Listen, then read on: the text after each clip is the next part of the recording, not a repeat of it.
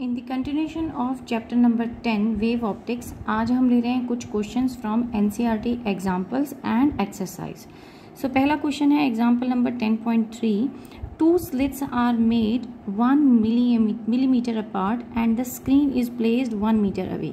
सो यानी कि दो स्लिट्स हैं, उनके साइज दिया हुआ है हमें, तो हमें स्लिट साइज दे रखा है एंड दोनों के बीच का डिस्टेंस यानी स्क्रीन एंड स्लिट के बीच का जो डिस्टेंस है वो भी हमें दिया है, यानी capital D is given to you 1 meter away and small d the distance between the two slits। तो अगर हम slits की बात करें तो ये दो slits हैं, इनके बीच के डिस्टेंस को हम small d कहते हैं और slit और screen के बीच के डिस्टेंस को हम capital D बोलते हैं। So they have given you capital D as well as small d 1 millimeter, तो 10⁻³ meter। So this is they have given। Now what they are asking, what is the fringe separation when the blue green light of the wavelength this much, यानी कि 500 nanometre की आपने एक wavelength incident करा दी है और वो अब उसकी वजह से जो फ्रिंज सेपरेशन आएगा वो हमें निकालना है। तो फ्रिंज सेपरेशन का मतलब हुआ कि एक कंसेक्यूटिव डार्क से दूसरे डार्क के बीच में, दो कंसेक्यूटिव डार्क के बीच में या दो कंसेक्यूटिव ब्राइट्स के बीच में जो डिफरेंस है which is called as fringe width. तो हमसे बीटा यानी फ्रिंज विड्थ निकालने के लिए कहा गया है which is the formula having the formula D lambda by small D. तो सिंपली हमें यहाँ पे फॉर्मूला प्लेस करना है, तो 1 × 5 × 10⁻⁷ और नीचे भी 1 × 10⁻³ ये नैनो था, 10⁻⁹ होता है पर 2 कैंसिल हो गए, -7 बचेगा and the answer comes out to be 0.5 millimetre. Straight calculation based question था। नेक्स्ट क्वेश्चन देखते हैं। What is the effect on the interference fringe of in the Young double slit experiment due to each of the following operation. तो इन सब का आपको सब parts दिए हुए हैं और कहा गया है कि इन सब का क्या इफेक्ट पड़ेगा यंग से डबल स्लिट एक्सपेरिमेंट में। किसकी बात हो रही है? यंग डबल स्लिट एक्सपेरिमेंट में for each of the following operations. First case है the screen is moved away from the plane of the slit. तो स्क्रीन को हम दूर ले गए, तो जैसे मैंने पिछले फिगर में कहा था स्क्रीन और सोर्स के बीच का जो डिस्टेंस होता है, स्लिट्स के बीच का डिस्टेंस, दैट इज डी। और फ्रिंज विड्थ को हम डिफाइन करते हैं beta is equal to d lambda by d. तो हमने क्या इंक्रीज कर दिया? डी को इंक्रीज कर दिया, तो D is increase, therefore beta जो है वो भी इंक्रीज हो जाएगा, यानी फ्रिंज विड्थ जो है वो भी आपकी इंक्रीज हो जाएगी। Second part, the source is replaced by the another source of shorter wavelength। तो again back to the formula, लेकिन अब की बार हमने वेवलेंथ को डिक्रीज कर दिया। तो अगर आप वेवलेंथ घटाते हो तो फ्रिंज विड्थ भी घट जाएगी। तो if lambda decreases, arrow down means decreases, then your beta will also will decrease. But as we can see question के अंदर इंटरफेरेंस फ्रिंज की बात की है, तो इन्होंने ये क्लियर नहीं किया है कि वो सिर्फ फ्रिंज विड्थ की बात कर रहे हैं। तो हम दोनों पार्ट्स लेके चलते हैं। यहाँ मैंने फ्रिंज विड्थ को डिफाइन किया कि फ्रिंज विड्थ पे क्या फ़र्क पड़ेगा, यानी बीटा पे क्या फ़र्क पड़ेगा। लेकिन अगर हम एंगुलर विड्थ की बात करें तो एंगुलर विड्थ थीटा, उसका रिलेशनशिप होता है लैम्डा बाई स्मॉल डी। तो पहले केस में देखिए हमने डी इंक्रीज किया था, कैपिटल डी, तो कैपिटल डी इंक्रीज करने पे फ्रिंज विड्थ पे तो फर्क पड़ा, लेकिन एंगुलर विड्थ जो कि लैम्डा बाई डी होता है उस पर कोई फर्क नहीं पड़ा, तो नो चेंज। सेकेंड केस में वेवलेंथ डिक्रीज करते ही आपकी एंगुलर विड्थ भी डिक्रीज हो गई। तो ये था ए पार्ट और ये है बी पार्ट कि if lambda decreases then theta will also decrease। तो थीटा भी यानी एंगुलर विड्थ भी घट जाएगी। नेक्स्ट केस है the separation between the two slit is increased, यानी अब हमने स्लिट्स के बीच का सेपरेशन बढ़ा दिया। तो अगर स्लिट ये हैं तो हम ये इंक्रीज कर रहे हैं, यानी इन दोनों स्लिट्स के बीच का डिस्टेंस हम S1 और S2 स्लिट्स हैं तो ये डी इंक्रीज कर रहे हैं। तो अगेन रिलेशनशिप हमारे पास ये था beta is inversely related to D. आपके पास lambda capital D by small d relationship था। तो अगर आप सेपरेशन को इंक्रीज कर रहे हो तो फ्रिंज विड्थ क्या होगी? डिक्रीज हो जाएगी। तो नेक्स्ट केस भी हो गया the source slit is moved closer to the double slit plane. तो अब सोर्स स्लिट कहाँ होता है? सोर्स स्लिट इन दोनों स्लिट से पीछे कहीं पर होता है। तो लेट मी से कि ये हमारा सोर्स स्लिट कैपिटल एस था। तो कैपिटल एस अगर क्या कहता है कि the source slit is move closer to the double slit, तो अगर सोर्स स्लिट को इन डबल स्लिट्स के आप पास लेके आए, that means you are going to decrease this distance, इस डिस्टेंस को कम कर दें, तो फिर इंटरफेरेंस पे क्या फ़र्क पड़ेगा। तो अब इसके लिए एक कंडीशन होती है that is I will write the condition here, that is s by small s, let us say small s by capital S should be less than lambda by d. अब यहाँ small s और capital S क्या है? small s होता है slit size, तो small s मैं इसको बोलती हूँ that is slit size, और capital S होता है आपका मेन सोर्स के बीच में और स्लिट्स जो बनी हुई हैं, दो स्लिट्स, उनके बीच का डिस्टेंस। तो ये जो डिस्टेंस है इसको हम कैपिटल एस कह देते हैं। तो यहाँ पे भी एस हो गया, सोर्स को एस डैश बोल देती हूँ मैं और इसे एस कह देती हूँ। तो एस इज क्या है? Distance between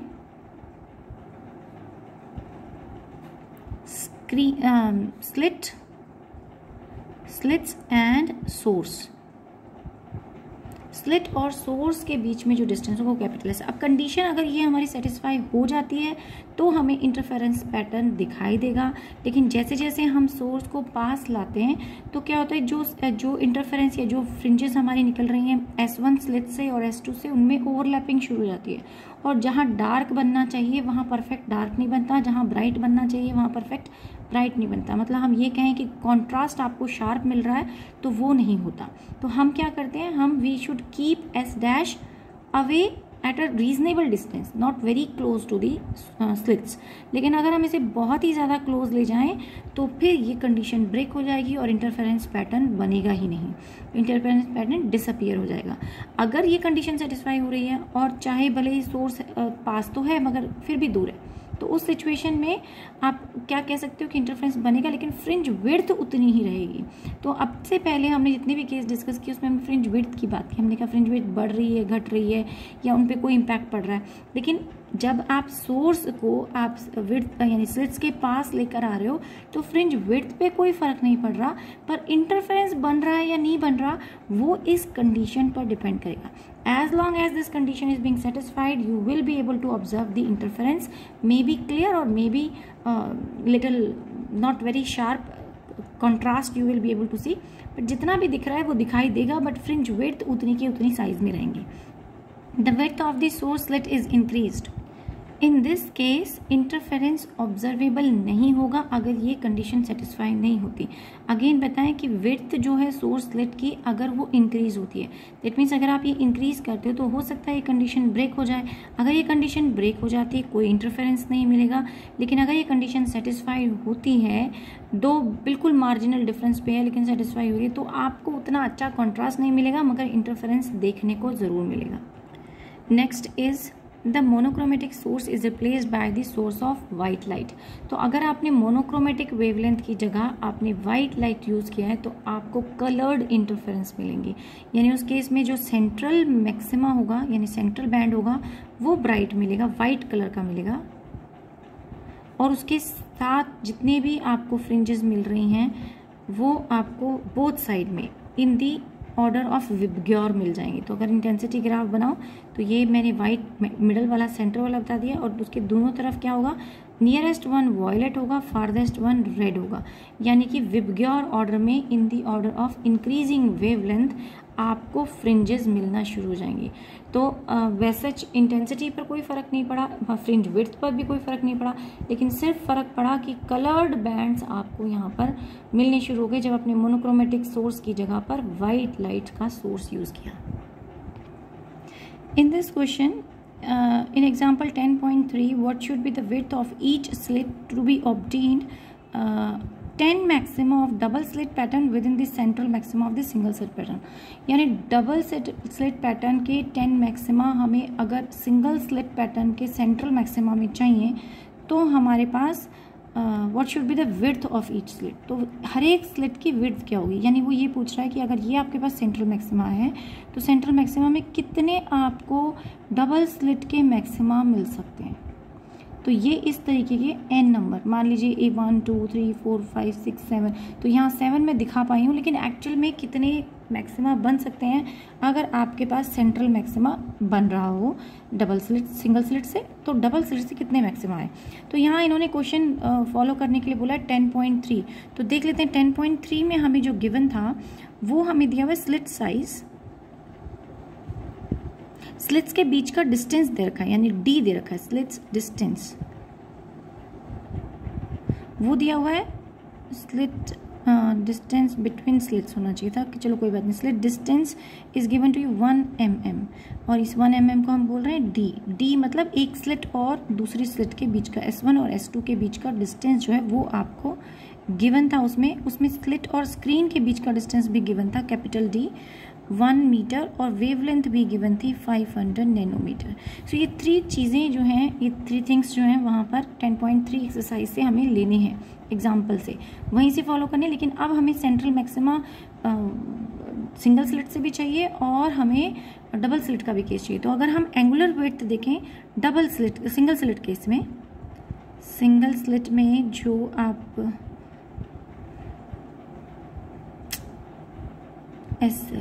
okay, single slit के अंदर जो हम फॉर्मूला लेते हैं 2 थीटा एंगुलर विड्थ जिसको हम बोलते हैं, that will be called as beta by capital D, या फिर this is also called as 2 lambda by small D.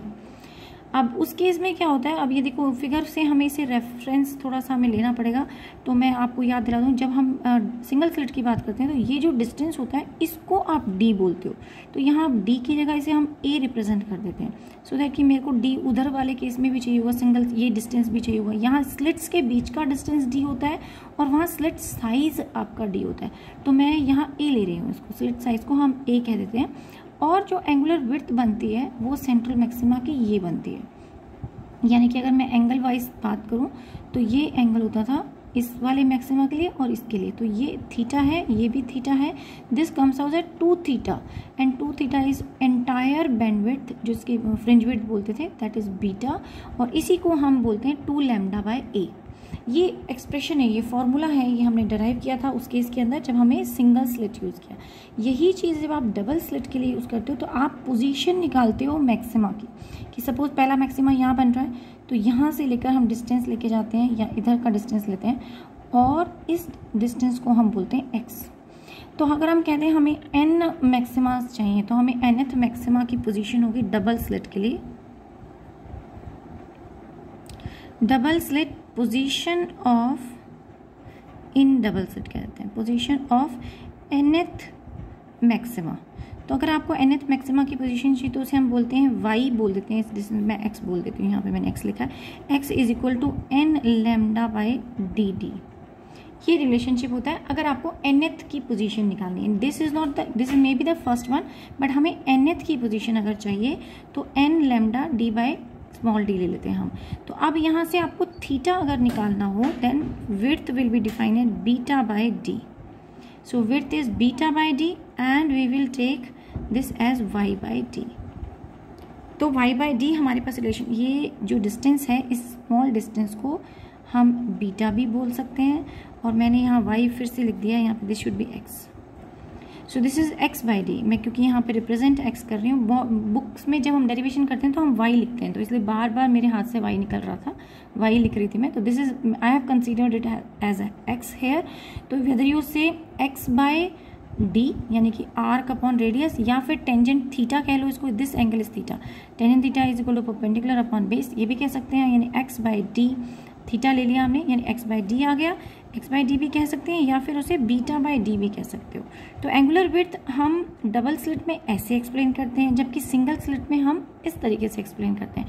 तो दोनों इक्वेशंस को इक्वेट कर देते हैं, लेकिन वो कितने चाह रहा है सेंट्रल मैक्सिमम में, ऑब्टेन 10 मैक्सिमा।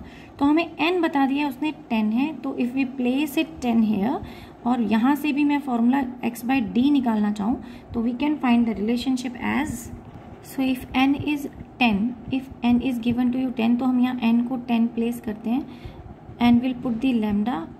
अच्छा ओके, ये आई गॉट अ मिस्टेक, ये d ऊपर आता है क्योंकि हमारी पोजीशन जो होती है वो n lambda d by D होती है, तो आप by mistake I wrote it है, तो ये ऊपर d लिखेगा, तो d बाय स्मॉल d। लेकिन हमें तो x की वैल्यू यहाँ पुट करनी है इस फॉर्मूले में, या फिर आप सिंपली 10 लैम्डा बाई डी भी लिख सकते हैं क्योंकि वो हमारी nth जितने भी हमें फ्रिंजेस दे रखे थे उनकी बात हो रही, तो 10 लैम्डा बाई डी आ गया। This is your equation number 2, that was your equation number 2। यानी d को से डिवाइड कर दिया जब हमने x को, तो आपके पास 10 लैम्डा बाई डी ही बचेगा। तो इन दोनों इक्वेशंस को इक्वेट करते हैं, so it comes out 10 lambda by D is equal to, therefore लिख सकते हैं हम 2 लैम्डा बाई ए।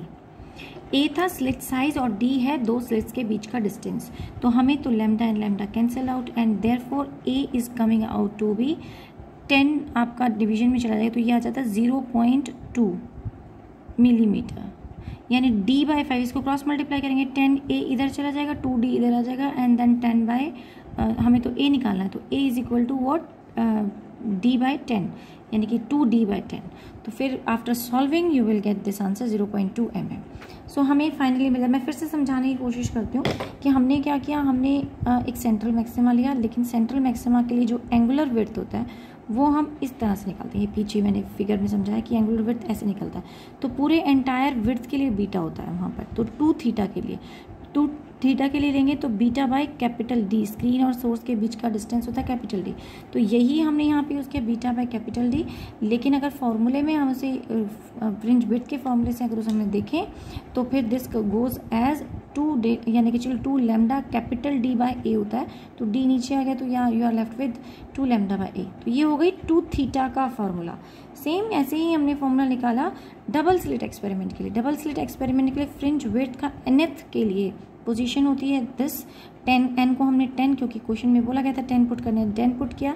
लेकिन फ्रिंज विड्थ यहाँ जो निकलती है वो थीटा निकलता है, या x कह लो उसको या फ्रिंज विड्थ कह लो। तो हमने x बाई डी ले लिया या बीटा बाई डी ले लिया और x by D from this formula क्या रह जाएगा 10 लैम्डा बाई डी। तो 10 लैम्डा बाई डी को हम 2 लैम्डा बाई ए से इक्वेट कर रहे हैं और a यानी कि स्लिट साइज जो है वो हमें यहाँ से मिल जाता है।